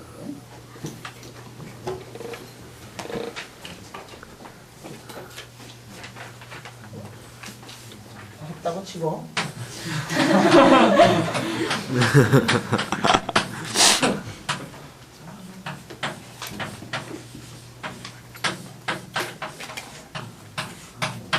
이거 말이야. 이거 6개 텀하고 뭐 이렇게 해가지고 보면 그냥 줄줄이 없어져. 다 지워지는 텀 나와. 거짓말 안 해. 여기 딱 있거든. 여기 보면 말이야. 전국에 계신 시청자 여러분들이 이렇게 여기 다 있어. 응? 46분이 돼가지고 내가. 오케이. 자, 그러면 이게 여기까지 나왔는데 이게 또 얘기를 해야 되는데 시간이 돼가지고. 자, 그러면 자, 다음 주는 못 보고 그 다음 주에 보겠습니다. 감사합니다.